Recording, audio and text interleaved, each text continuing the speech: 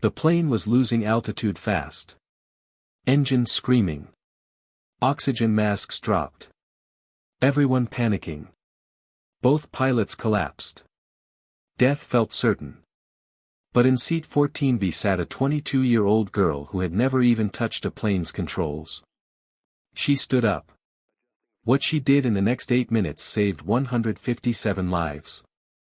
Before you watch full story, comment below from which country are you watching. Don't forget to subscribe for more amazing stories. Atlantic Airways Flight 502 departed from Boston Logan International Airport at 6:17 p.m. on a cold February evening. The Airbus A321 was bound for Miami International Airport with a scheduled flight time of 3 hours and 12 minutes. In the cabin sat 187 passengers, vacationers heading to Florida's warm beaches, business travelers attending conferences, families visiting relatives, and college students on spring break. In seat 17F, pressed against the window in the economy section, sat Maya Chen, 22 years old, wearing a Boston University hoodie and her favorite pair of worn-out sneakers. Her dark hair was pulled into a messy ponytail. Her backpack was stuffed under the seat in front of her, containing her laptop, 3 aviation manuals she'd bought secondhand, and a half-eaten protein bar from the airport. Maya should have been studying for her mechanical engineering exam scheduled in 4 days. Instead, she was scrolling through a cockpit procedures PDF on her tablet, completely absorbed. The woman in seat 17E glanced over. "What are you reading? Looks complicated." Maya looked up, slightly embarrassed. "Oh, just aviation stuff. Pilot procedures." "Are you training to be a pilot?" "No," Maya said quickly. "I'm studying mechanical engineering. This is just a hobby, I guess." The woman smiled politely and returned to her magazine, clearly thinking Maya was a bit odd. Maya was used to that reaction. For the past 6 years, since she was 16 years old, Maya had been completely obsessed with aviation.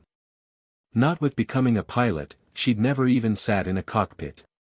But with understanding how aircraft worked, how they were flown, and what happened when things went wrong.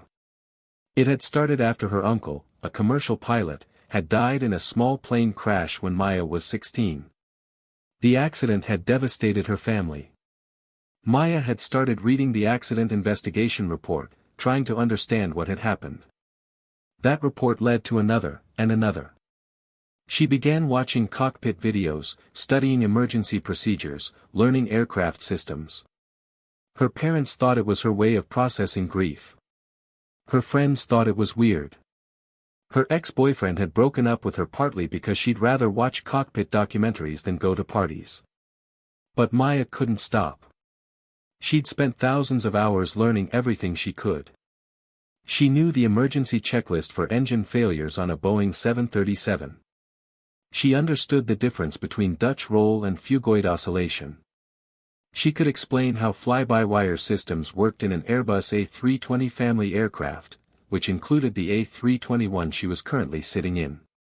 She played flight simulators constantly, practicing emergency scenarios that terrified professional pilots: dual engine failures, hydraulic system failures, total electrical failures. She'd successfully landed simulated aircraft with no engines, no power, and no hydraulics. Her simulator statistics were impressive. She'd logged over 2,000 hours of simulated flight time. She'd practiced emergency landings hundreds of times. She'd studied accident reports until she could recite them from memory. But it was all theoretical. All simulated. All just data in her brain. Maya had never touched a real aircraft control. Never felt the weight of actual throttles under her hand. Never experienced the responsibility of having real lives depending on her decisions. She was just a 22-year-old mechanical engineering student who happened to know an unusual amount about flying commercial aircraft.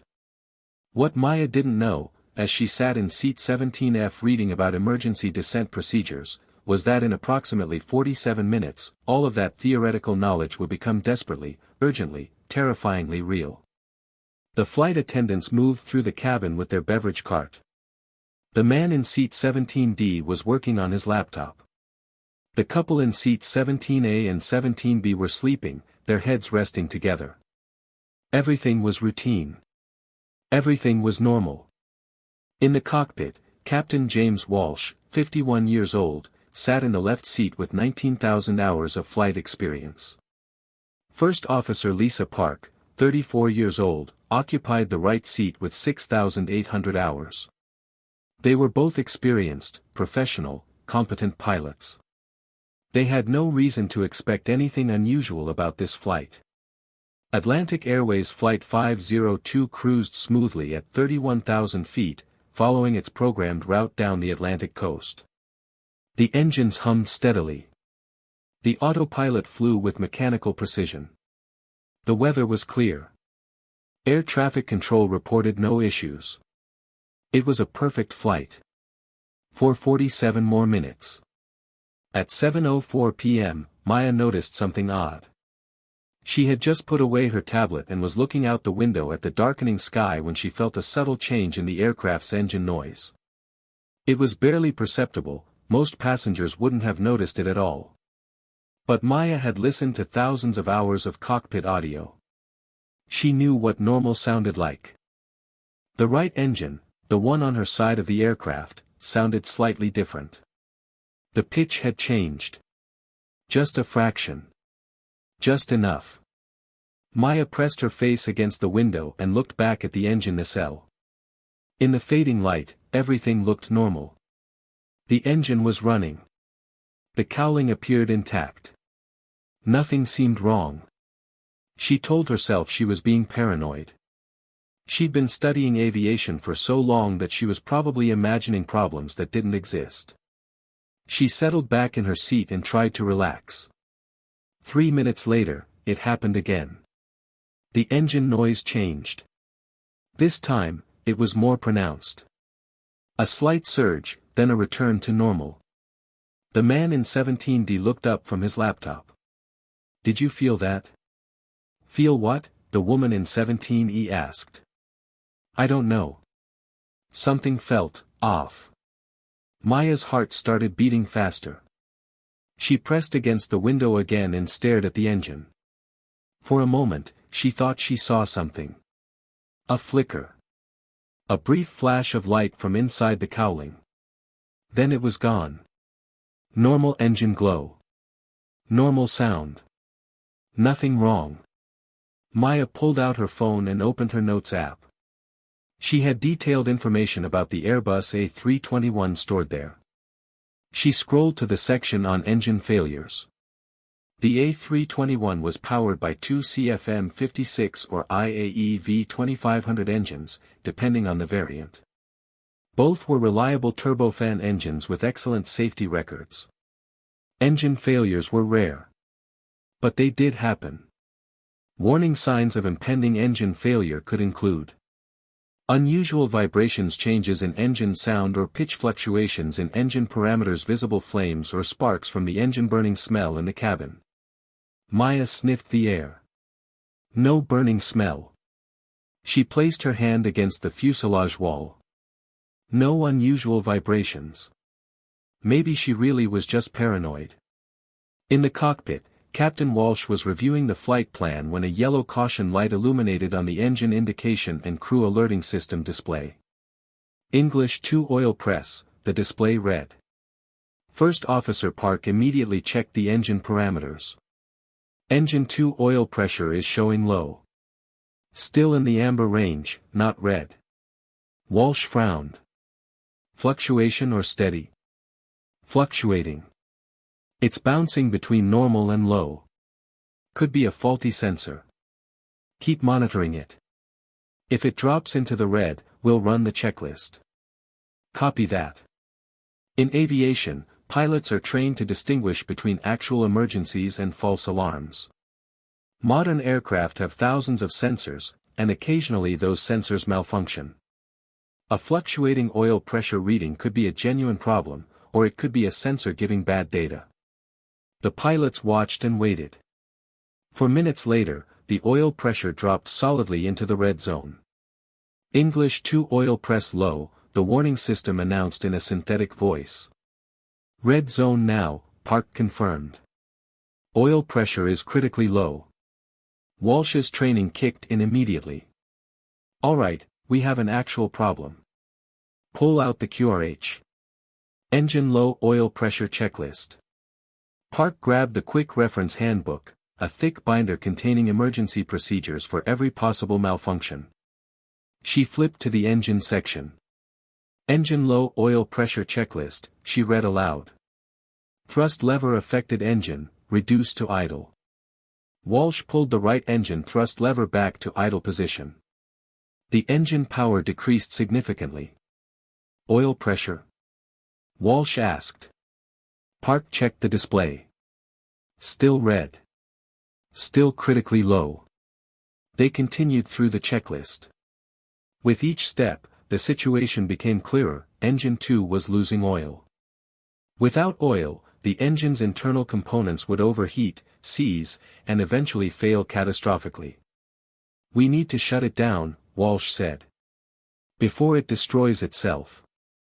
Agreed. Continuing checklist, engine master switch affected engine, off. Walsh moved the engine master switch to the OFF position. Engine 2 spooled down. The sound changed dramatically. The steady roar became a descending whine, then silence. The right engine was dead. Engine 2 secured, Park announced. Single engine operation. Walsh keyed the radio. Miami Center, Atlantic 502. We've shut down our number 2 engine due to low oil pressure. Declaring an emergency. We'd like vectors to the nearest suitable airport. The controller's voice came back immediately, all business, Atlantic 502, Roger, understand you're declaring an emergency with one engine shut down. Nearest suitable airport is Jacksonville International, your 1 o'clock position, 87 miles. Turn right heading 270. Right heading 270, Atlantic 502. Walsh banked the aircraft gently to the right. An Airbus A321 could fly perfectly well on one engine. They had plenty of altitude, plenty of fuel. This was a manageable situation. Serious, but manageable. We'll make a single-engine landing in Jacksonville, Walsh told Park. Run the single-engine approach checklist. And let's get the cabin crew up here. We need to brief them for an emergency landing. Park picked up the interphone and called the lead flight attendant. Daniela, we need you in the cockpit immediately. In the cabin, the passengers had felt the aircraft turn, but most weren't concerned. Course changes were normal during flights. The woman in 17E was watching a movie. The man in 17D had returned to his laptop. The couple in 17A and 17B were still sleeping. But Maya Chen, in seat 17F, was staring out the window at the motionless engine with her heart pounding. She knew what she was seeing. The engine wasn't running. The fan blades weren't spinning. They were windmilling, rotating slowly just from the air flowing through them, but the engine was dead. She pressed her face against the window and looked at the left engine on the other side of the aircraft. That one was running normally, producing a steady glow from the exhaust and a visible heat shimmer in the cold air. One engine down. Not catastrophic. The plane could fly on one engine. They'd divert to the nearest airport and land safely. Maya took a deep breath and tried to calm herself. This was fine. The pilots knew what they were doing. Single-engine landings were a standard emergency procedure. She'd watched dozens of videos of successful single-engine landings. Everything was going to be fine. Then, at 7:14 p.m., 47 minutes after takeoff, Maya saw something that made her blood run cold. A bright orange flash erupted from the left engine, the only engine still running. A tongue of flame shot out of the cowling, clearly visible against the darkening sky. The engine was on fire. The fire warning system in the cockpit activated instantly. A loud, insistent alarm filled the flight deck: engine fire, engine fire, engine fire. Both pilots reacted simultaneously. Engine fire, engine 1. Park shouted. I see it. Walsh was already reaching for the fire handle. Engine fire checklist, now. Park's hands flew through the QRH. Engine fire checklist, thrust lever affected engine, idle. Walsh pulled the left engine thrust lever to idle. Affected engine fire switch, pull. Walsh pulled the fire handle for engine 1. This action shut off fuel to the engine, closed the hydraulic valves, and armed the fire extinguisher bottles. Engine master switch, off. Walsh turned the switch off. Engine 1 began to spool down, just like engine 2 had minutes earlier. Except this time, the fire didn't go out. Through the cockpit window, Walsh could see flames licking along the side of the engine nacelle. The fire detection system showed continuous fire indication. Fire's not out, Park said, her voice tight with stress. Discharge first fire bottle. Walsh rotated the fire handle. This action released halon fire suppressant into the engine compartment. For a few seconds, the flames diminished. Then they came back, stronger than before. Still showing fire, Walsh said. His calm voice was beginning to crack. Discharge second bottle. Walsh rotated the fire handle the other direction, releasing the second and final fire extinguisher bottle into the engine. The flames went out completely this time. 4-5 seconds. Then they returned, even more intense. The fire had spread beyond the engine into the pylon structure that attached the engine to the wing. Fire's not out, Park said. We've used both bottles. Captain, we have a wing fire and we're down to 0 engines. The reality of their situation hit both pilots simultaneously. They had no engines. Both engines were shut down. The aircraft was now a 170,000-pound glider at 31,000 feet. And the left wing was on fire. Mayday, mayday, mayday, Walsh transmitted. Miami Center, Atlantic 502. We have dual engine failure and a wing fire. We are going down. We need immediate vectors to the closest runway, any runway. The controller's voice came back, and for the first time, Maya could hear stress in it. Atlantic 502, closest runway is Jacksonville International, now you're 1 o'clock, 78 miles. Turn right heading 280. Descend pilot's discretion. We're not making Jacksonville, Walsh said flatly. Not from here. Not with no engines. Give me other options. A pause. Then, Atlantic 502, alternative is Brunswick Golden Isles Airport, you're 10 o'clock, 42 miles. Single runway, 7,400 feet, but it's the closest pavement.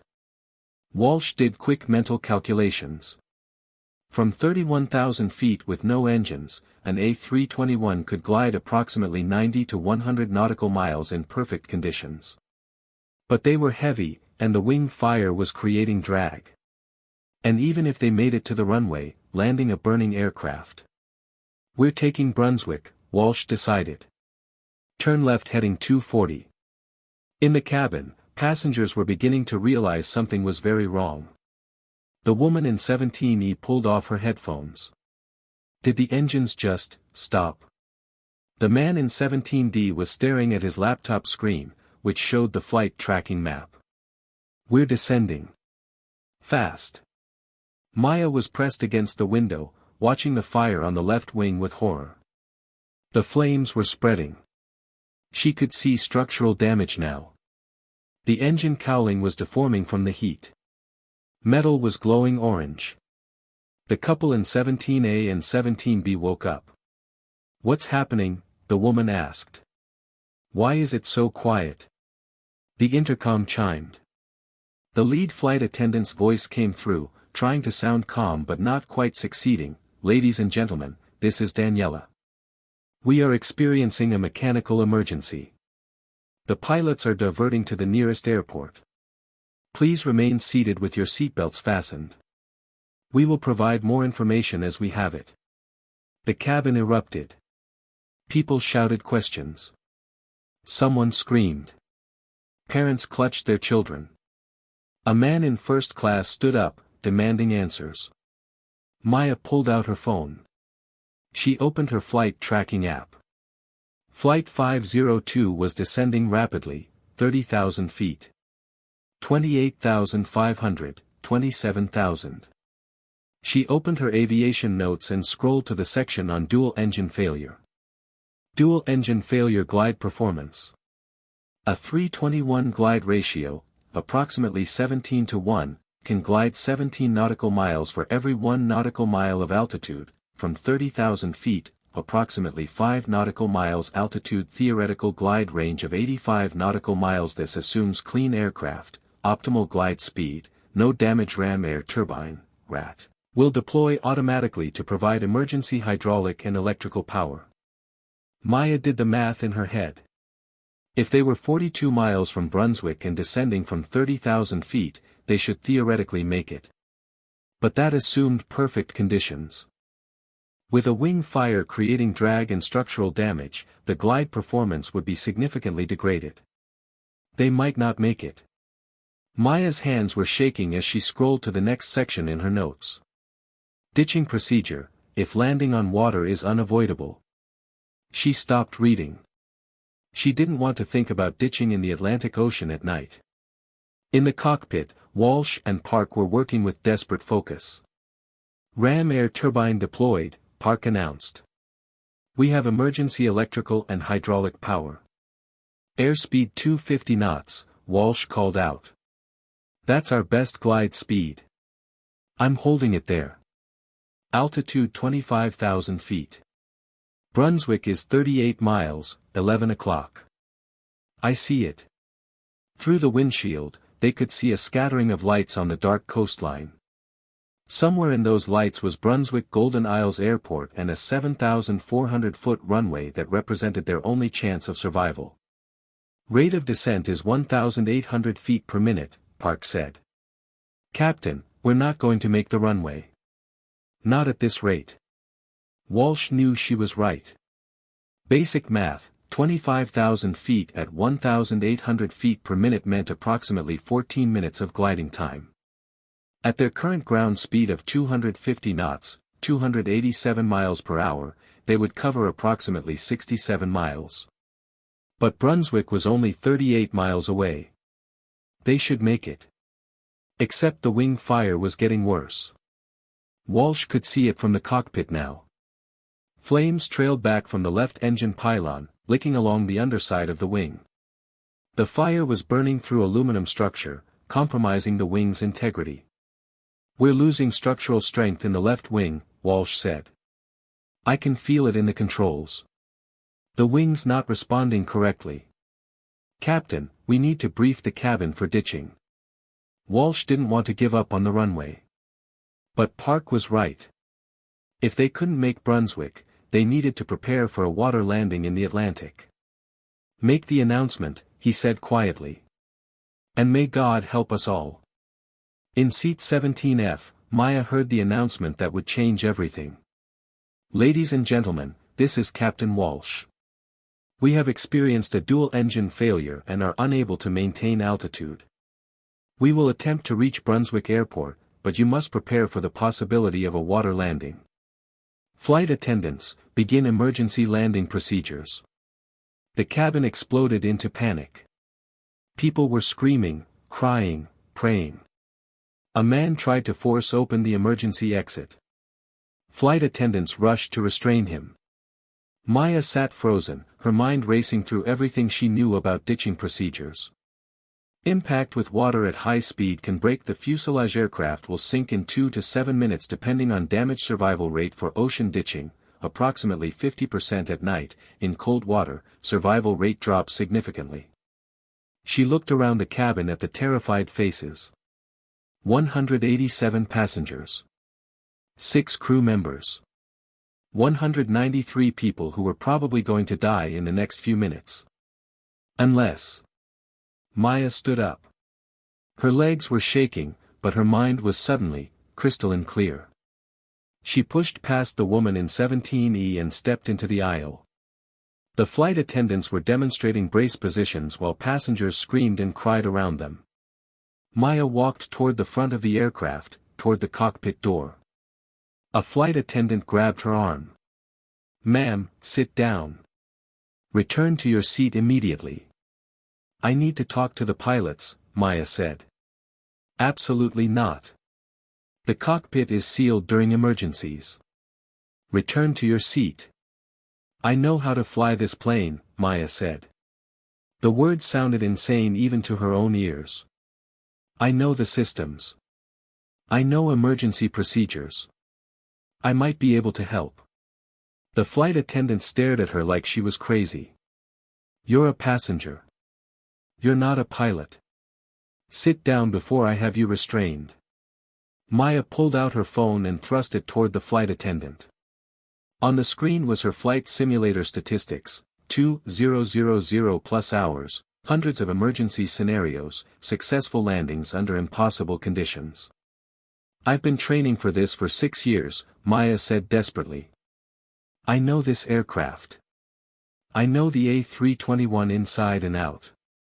I know what they're dealing with in that cockpit right now, and I might be able to help. Please. Let me talk to them." The flight attendant hesitated. This was insane.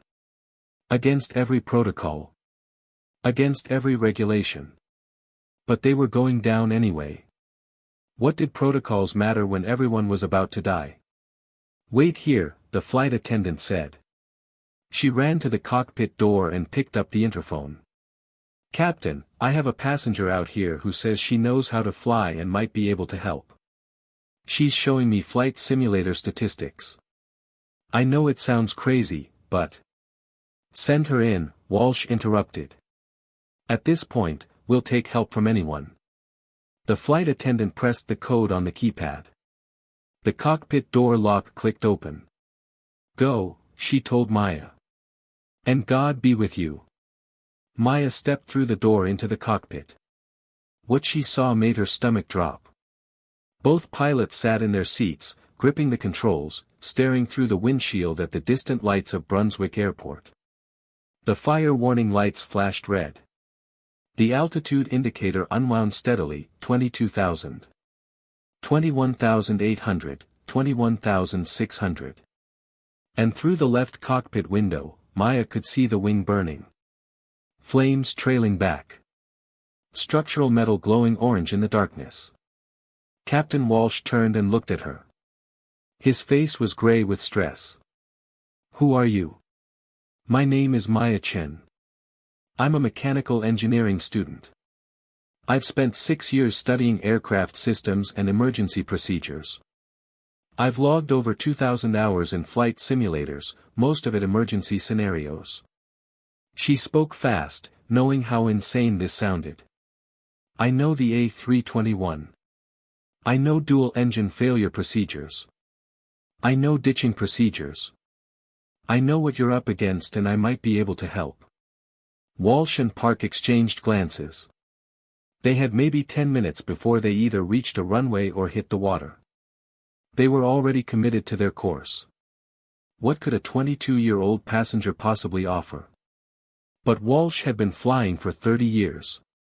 He'd seen crazy things. He'd seen miracles. And right now, with 193 lives depending on him and a burning wing compromising his aircraft, he was willing to listen to anyone. "All right, Maya Chen," Walsh said. "You see our situation. What would you do?" Maya stepped behind the center console and looked at the displays. Engine 1, off, fire indication. Engine 2, off. Altitude, 21,000 feet. Distance to Brunswick, 29 miles. Descent rate, 1,900 feet per minute. She did rapid calculations in her head. "You're not going to make Brunswick," she said. "Not with that fire creating drag. You'll be at 2,000 feet when you're still 8 miles out."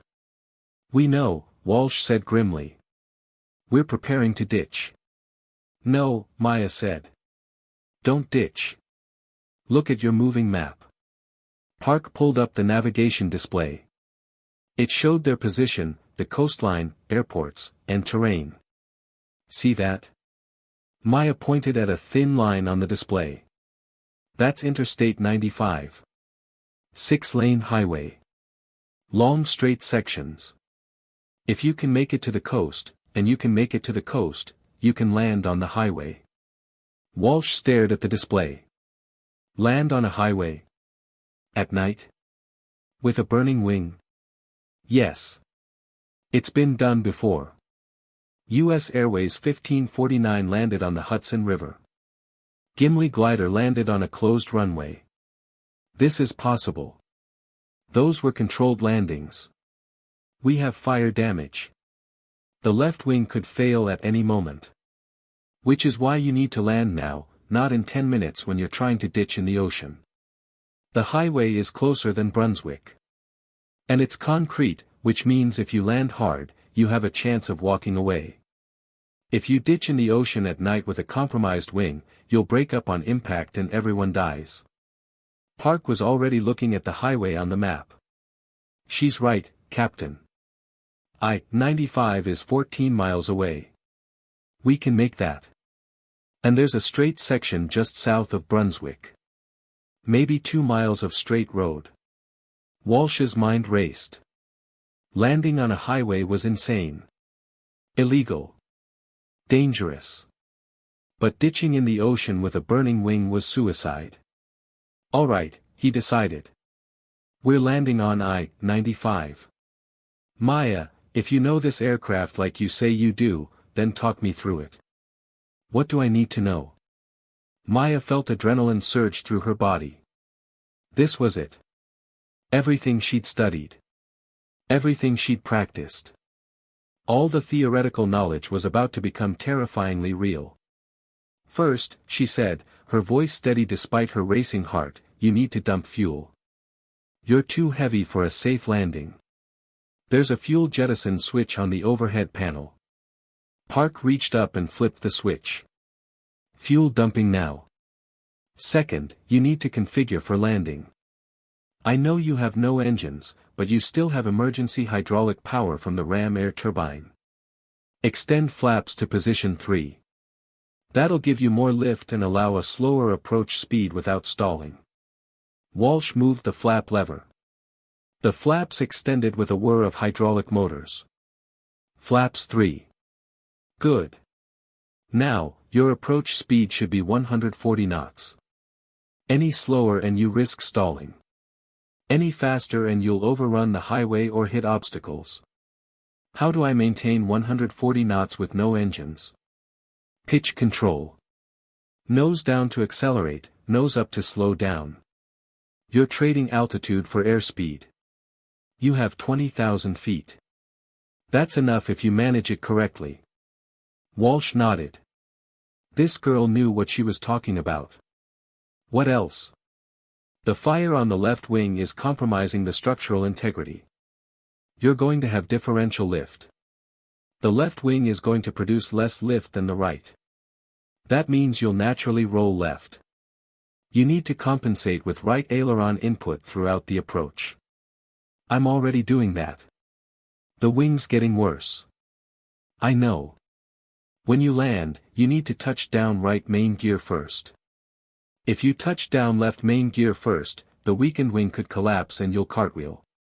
Right gear first, then left gear, then nose gear. You'll drift left immediately after touchdown. Correct with right rudder. Park was staring at Maya with amazement. How do you know all this? I've studied dozens of accident reports where aircraft landed with asymmetric damage.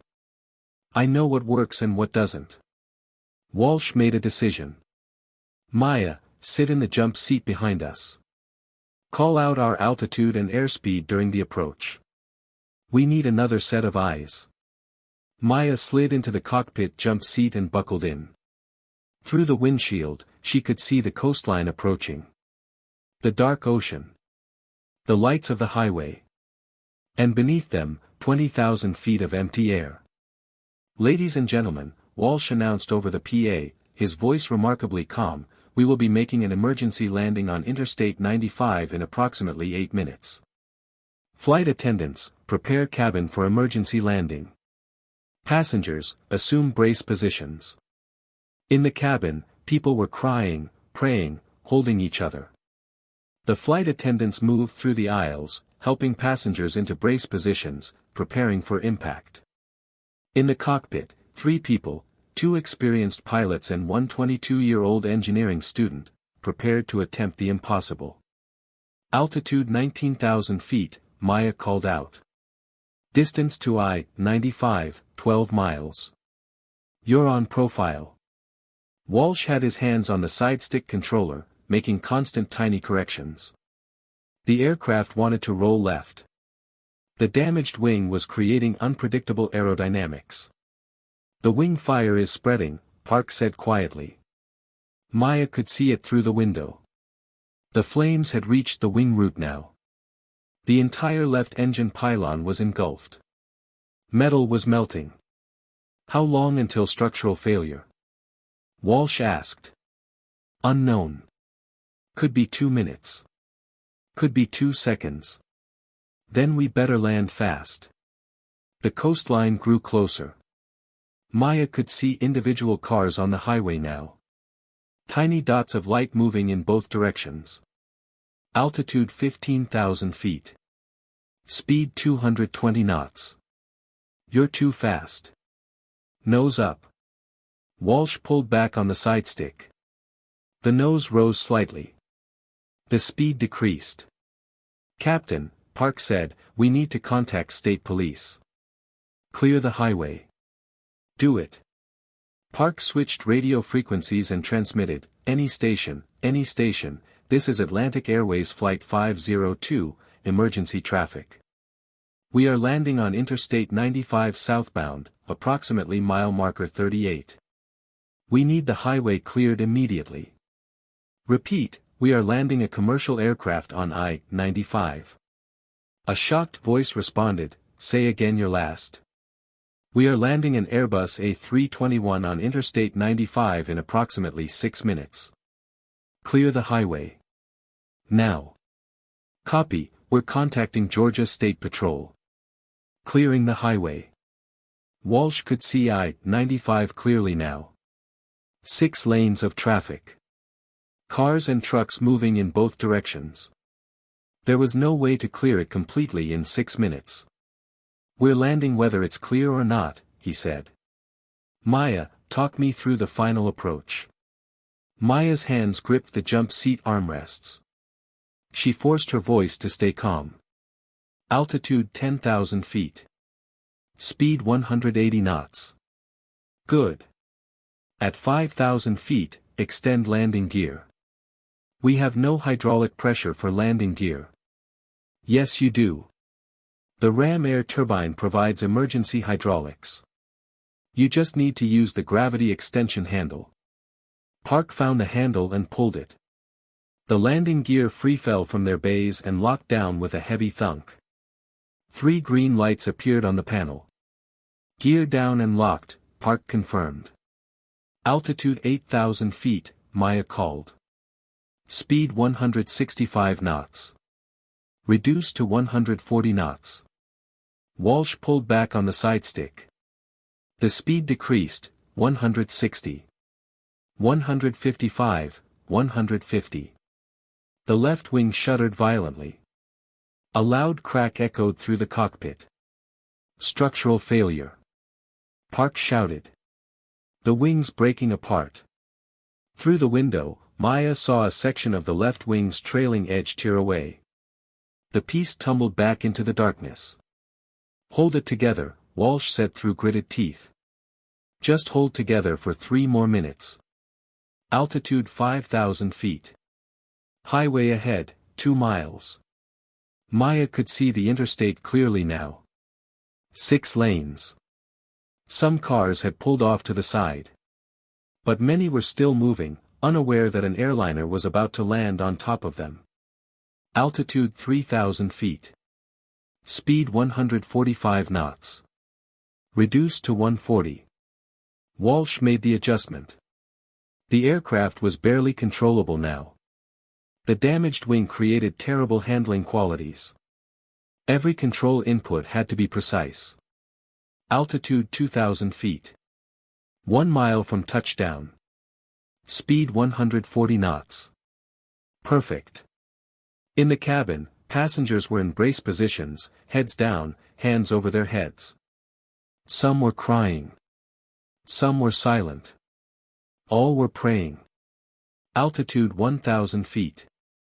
Half mile. Maya could see individual vehicles now. A semi-truck was pulling onto the shoulder. A car was stopped in the left lane, the driver standing outside looking up in horror. Altitude 500 feet. Quarter mile. You're lined up perfectly. Hold this glide path. Walsh's hands were rock steady on the controls despite the sweat pouring down his face. Landing checklist complete. I'm bringing her down. Altitude 300 feet. Speed 142 knots. Slight reduction needed. Walsh pulled back fractionally. The speed dropped to 140 knots. Altitude 200 feet. 10 seconds to touchdown. The highway filled the windshield. Maya could see the painted lines on the pavement. A car in the right lane, still moving, unaware. Altitude 100 feet. 5 seconds. Walsh pulled the side stick back, flaring the aircraft. The nose rose. The descent rate decreased. Altitude 50 feet. The main landing gear was inches from the pavement. Altitude 20 feet. Brace. Walsh shouted. The right main landing gear touched down first, exactly as Maya had instructed.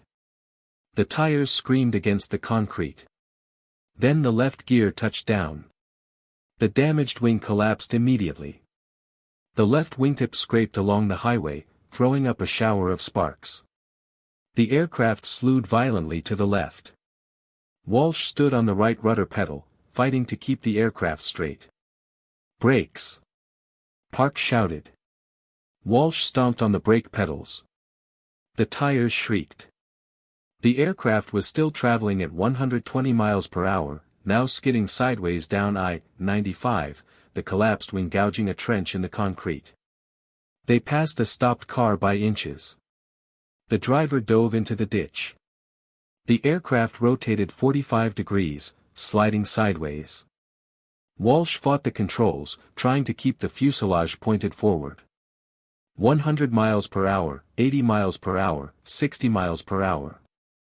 The nose gear collapsed from the side loads.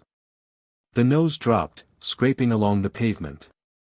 40 miles per hour, 20 miles per hour. Finally, after sliding nearly a mile down Interstate 95, Atlantic Airways Flight 502 came to a stop. For 3 seconds, there was absolute silence. Then the evacuation alarms blared. Evacuate! Evacuate! Evacuate! The emergency exits burst open. Evacuation slides deployed. Passengers poured out, stumbling onto the highway, running away from the burning wreckage. In the cockpit, Walsh turned to Maya, his face pale, his hands shaking. "You saved us," he said. That 22-year-old passenger just saved 193 lives. Maya looked through the windshield at the passengers evacuating safely, at the emergency vehicles approaching with lights flashing, at the aircraft that had broken apart but kept everyone alive. "I just remembered what I studied," she said quietly. But they both knew it was more than that. It was 6 years of obsession. 6 years of learning. 6 years of preparation for a moment that nobody thought would ever come. And when that moment arrived, Maya Chen had been ready. The investigation took 6 months. The National Transportation Safety Board determined that a manufacturing defect in the engine oil system had caused the initial failure of Engine 2. The resulting vibrations had damaged a fuel line to Engine 1, causing the fire that consumed the left wing. The dual-engine failure was deemed a catastrophically improbable event, something that should happen only once in 10 billion flight hours. But it happened. And 193 people survived because of 3 factors. First, Two experienced pilots who kept their composure and made correct decisions under impossible pressure. Second, a 22-year-old passenger who had spent 6 years learning everything she could about aviation. Third, a straight section of Interstate 95 that provided just enough room to land. Maya Chen became famous overnight. News outlets called her the aviation prodigy, the student who saved Flight 502, the genius in Seat 17F. She appeared on every major news program. She received job offers from Boeing, Airbus, and a dozen airlines. She was invited to speak at aviation conferences around the world. The FAA investigated whether she had violated any regulations by entering the cockpit during an emergency. They concluded that no violation had occurred, as the captain had authorized her presence. Captain Walsh and First Officer Park both credited Maya with saving their lives and the lives of everyone on board. Without her guidance, Walsh told investigators, we would have attempted to ditch in the Atlantic. With the wing damage we had, ditching would have been fatal. But Maya wasn't interested in fame. She finished her mechanical engineering degree at Boston University. She graduated with honors. Then she applied to flight school. I've spent 6 years learning theory, she told the admission officer. Now I want to learn practice. She was accepted immediately. Multiple airlines offered to sponsor her training. 2 years later, Maya Chen earned her commercial pilot's license. 3 years after that, she was flying as a first officer for Atlantic Airways, the same airline whose aircraft she had helped land on I-95. 5 years after that, she became a captain. Captain Maya Chen, the youngest female captain in Atlantic Airways history, now flies the same routes she once flew as a passenger. Every time she sits in the left seat of an Airbus A321, she thinks about that February night when she sat in seat 17F. She thinks about the 193 people who walked away from a burning aircraft on Interstate 95. She thinks about 6 years of obsessive study that everyone told her was a waste of time. And she thinks about the moment when all that theoretical knowledge became desperately, urgently, beautifully real. Because Maya Chen learned something that night that changed her life forever. Knowledge is never wasted. Passion is never pointless. And preparation always matters. You never know when the world will need what you know. But when that moment comes, you better be ready. Maya Chen was ready. And because she was ready, 193 people got to go home to their families. That's the power of one person who refused to stop learning. That's the power of knowledge meeting opportunity. That's the story of the 22-year-old passenger who saved everyone.